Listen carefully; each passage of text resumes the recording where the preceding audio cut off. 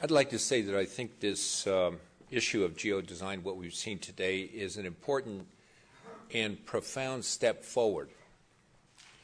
But I think the challenge for us is to become relevant. And relevant to what? Well, this morning's speaker, the dean from Minnesota, outlined a global problem with the collapse of the environment, threat, and its implications to humans. But I felt that his explanation was, in fact, very mild, because our firm has been involved with a number of government agencies, including NOAA, the Forest Service, and others, within which it is clear that the problem is greater than any of us in this room really imagine, and it's moving at a pace faster than any of us imagine. The issue is, are we keeping pace with the rate of change in the world, or do we think the world is changing at our rate of speed? It's not. And what are the tools we need? You know, a decade ago, it was explained to me there's a great deal of difference between service providers and deal makers.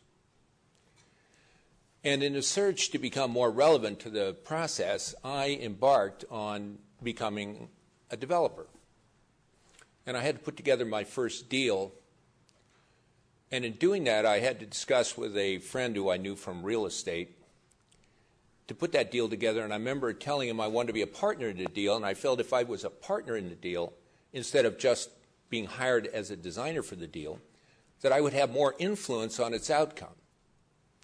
And I remember he looking at me and saying, well, you know, you could be a partner in a deal. You get your 3% or 4% or whatever you architects get. And I remember looking at him saying, no, I don't want 3%, 4%. I want 50%. And he looked at me and his eyes got bigger. He says, oh, you mean you want to be a partner? And I said, yeah. And I had to go through the process of becoming a partner and learn how that was done. And I remember after becoming that, we were putting together one part of it, and we had to do some work with another development corporation. We were trying to work out the deal, the joint venture. And I was trying to emphasize the importance of design.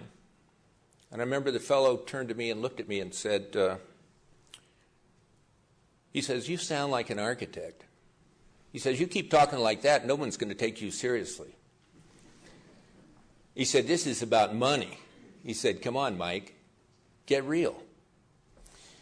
Now, later in the process, I was at the Real Estate Institute in New York. We were doing projects in the state of New Jersey, looking at that tri-state organization and its infrastructure needs and trying to link in the real estate community to that. And I remember sitting in a room about a month after 9/11, and the dean I was working there, assistant dean, got a call from Larry Silverstein. You know, he's the guy that owned the towers. And they were having a conversation about the rebuilding of the tower and the problems involved. And probably you don't realize the biggest problem was the HR problem. Nobody wanted to work in the towers because how would you like to work in a new building sitting on the graves of 3,000 people beneath you? It's a huge problem. And after that, somehow they must have got, I could only hear the dean. I couldn't hear what Larry was saying. And the dean, at one point, they must have been talking about the design of the towers, whatever, because he said, don't worry about that.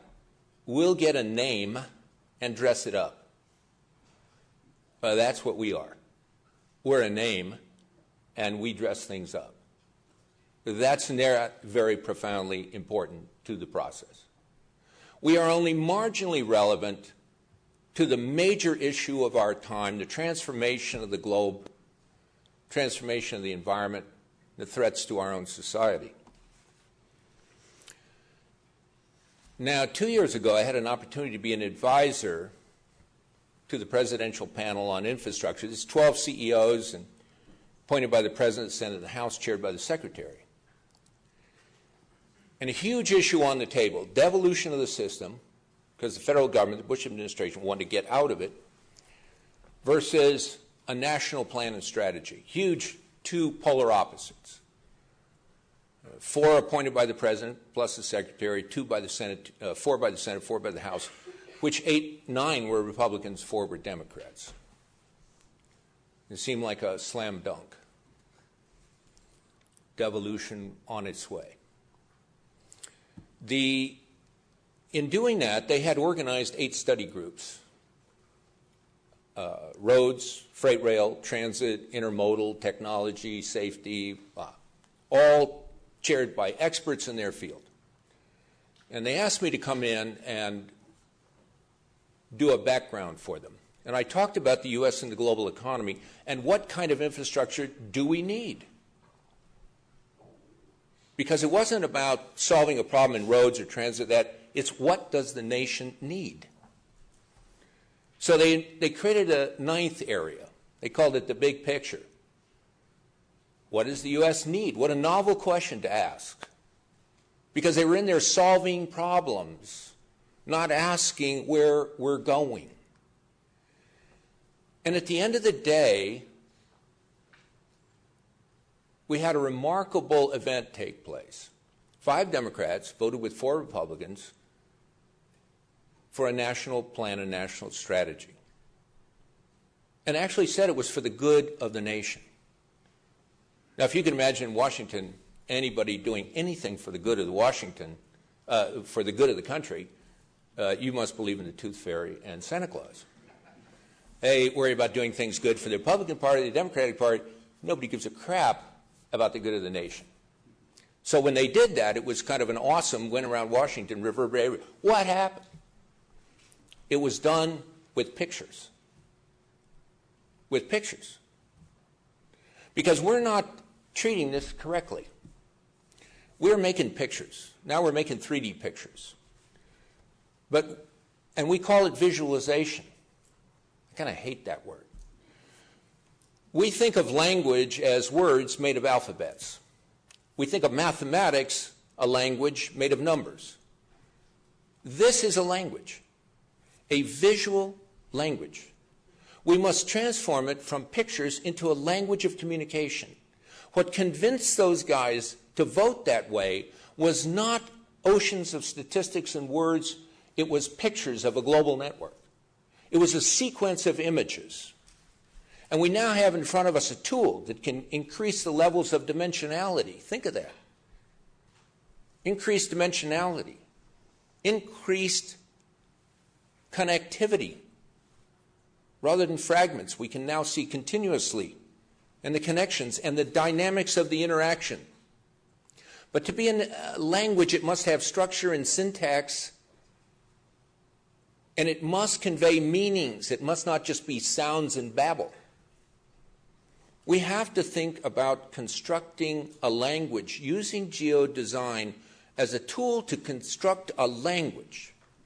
Because I have found throughout this entire process, it wasn't sitting as a partner in a deal. It wasn't being an advisor. It was about the way you convey information. And business leaders and political leaders don't have time. And the power of image is that it can convey relationships immediately and instantaneously. And I would like to see us think about the work we do, which has such great meaning, but is not taken so seriously, about the tools we need, in fact, to produce change. I think this offers a great step. Let's help it evolve and turn it into something that will be truly meaningful. Thank you.